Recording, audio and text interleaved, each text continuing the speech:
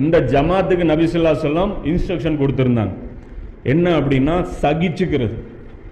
அதாவது தாவா செஞ்சிட்டு இருக்கும்போது வரக்கூடிய துன்பங்களை சகிச்சுக்கணும்.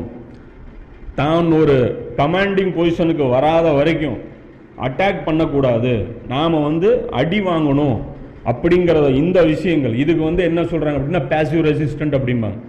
எந்த ஒரு புரட்சியை பற்றி நீங்கள் படிச்சிங்கனாலும் அதில் இந்த ஒரு கட்டம் வரும். உதாரணத்துக்கு இந்த சத்தியாகிரகம் இந்த மாதிரியான விஷயங்கள் இருக்குல்ல, அஹிம்சை அப்படிங்கிறாங்கல்ல, பேசிவ் ரெசிஸ்டன்ஸ். நேராக போவாங்க, அவங்க யாரையும் அடிக்க மாட்டாங்க, அவங்க வலிமையாக அவங்களுடைய கருத்தை சொல்லிகிட்டே இருப்பாங்க. அதன் காரணமாக அவங்களுக்கு அடி விழுவும், அடி வாங்குவாங்களே தவிர திருப்பி அடிக்க மாட்டாங்க. இதுக்கு பேர் பேசிவ் ரெசிஸ்டன்ட், அடி வாங்கிறது. இதை நபி ஸல்லல்லாஹு அலைஹி வஸல்லம் கற்றுக் கொடுத்துருக்காங்க. 4வதாக இது ரசூலுல்லாஹ் கவனிச்சிட ஒரு விஷயம். 5வதான ஒரு விஷயம் தான் ஆக்டிவ் ரெசிஸ்டன்ட். இதை என்ன பண்ணியிருக்காங்க அப்படின்னா ஒரு